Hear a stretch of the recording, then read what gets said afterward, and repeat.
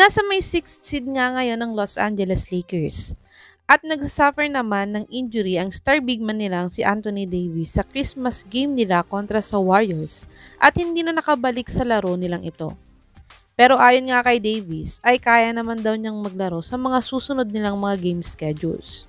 Pero ang nasa may trading block nga nila ngayon ay itong si rising star nilang si D'Angelo Russell. Last season nga ay iti-trade sana nila siya pero wala nga silang nakuhang trade partners dito. At ngayon nga ay sinusubukan na naman nila siyang i-offer sa iba't ibang team sa NBA. Kaya't narito nga ang mga top trade targets ng Lakers na gusto nilang makuha kapalit ni D'Lo. Top 5, Jonas Valanciunas. Si Valanciunas nga ay sa Washington Wizards nag-sign ng kontrata last NBA off-season.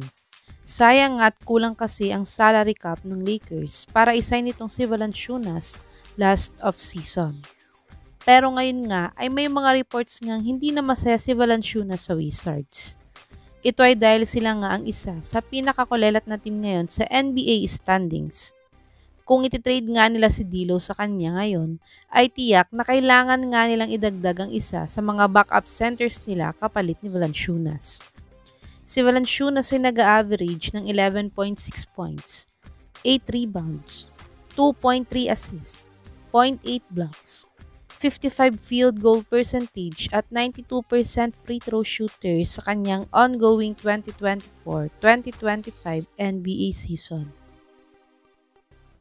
Panoorin natin ang isa sa mga best highlights ni Valanciunas ngayong NBA season.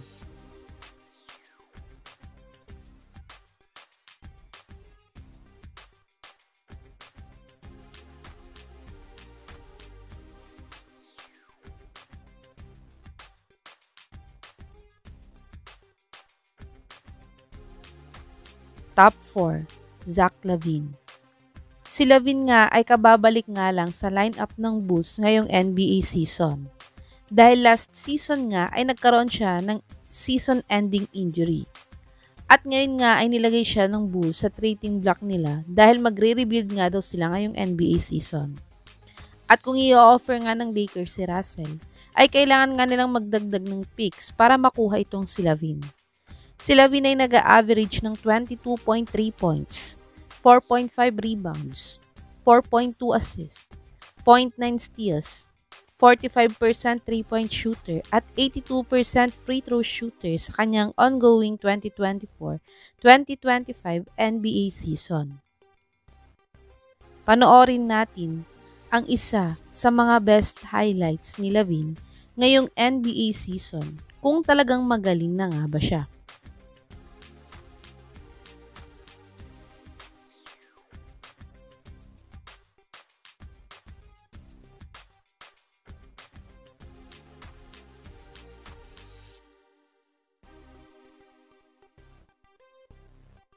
Top 3, Jeremy Grant. Si Grant nga ay isang all-around na player ng Blazers at isa din sa mga kulelat ng teams ngayon ng team niyang Blazers sa Western Conference. Sayang nga lang ang talent ni Grant kung mag-i-stay siya sa isang rebuilding na team gaya ng Blazers. Kahit kung naisipan niyang magpa-trade ngayong season, ay isa ang Lakers sa mga matagal nang may interest sa kanyang makuha siya. Si Grant ay nag-average ng 15 points, 3.4 rebounds, 2.3 assists, 0.9 steals, 1 block, 37% 3-point shooter at 82% free throw shooter sa kanyang ongoing 2024-2025 NBA season. Panoorin natin ang isa sa mga best game highlights ni Grant ngayong NBA season kung magiging fit nga ba siya sa sistema ng Lakers kung sakaling makuha nila siya.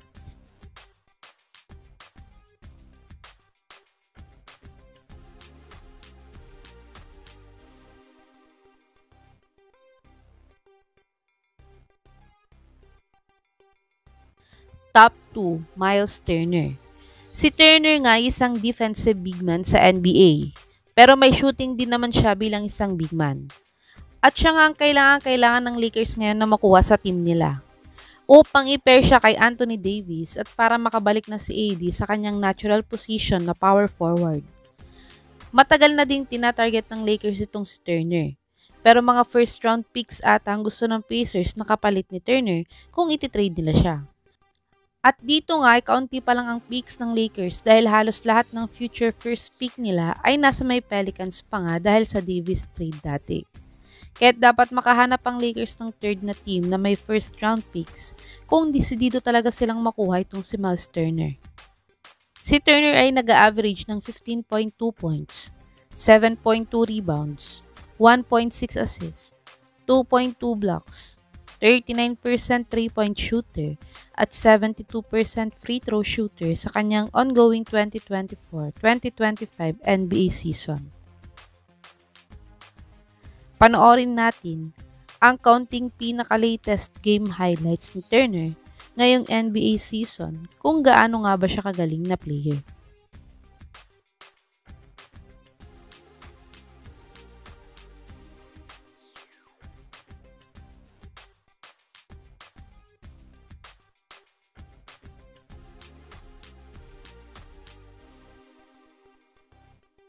Top 1, De'Aaron Fox.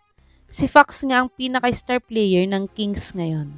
Pero dahil isa nga sa lower seed ngayon ang team niyang Sacramento Kings, ay napilitan nga silang i-fired ang coach nilang si Coach Mike Brown ngayon.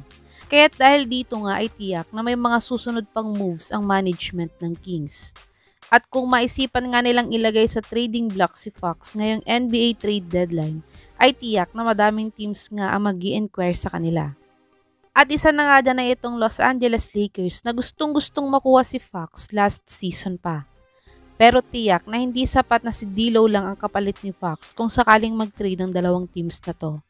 Dahil mas mataas nga ang trade value ni Fox kumpara kay D'Lo. Kaya tiyak na magpapadagdag ng picks or iba pang rising star players ng Lakers ang Kings kung talagang willing ang Lakers kunin si Fox ngayong season. Si Fox ay nag-average ng 26.2 points, 5 rebounds, 6.1 assists, 1.6 steals, 33% 3-point shooter at 81% free throw shooter sa kanyang ongoing 2024-2025 NBA season.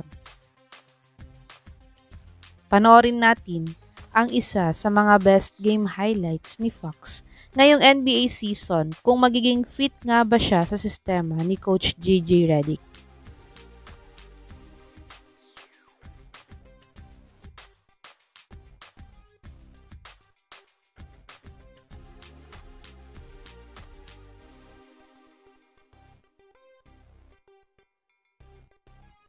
Ito ang mga top players na maaaring kunin ng Lakers kapalit ni D'Angelo Russell. Sa tingin niyo mga kababos, sino sa mga players na to ang dapat makuha ng Lakers upang matulungan sila na makapasok sa playoffs ngayong NBA season? I-comment niyo na po yan sa baba.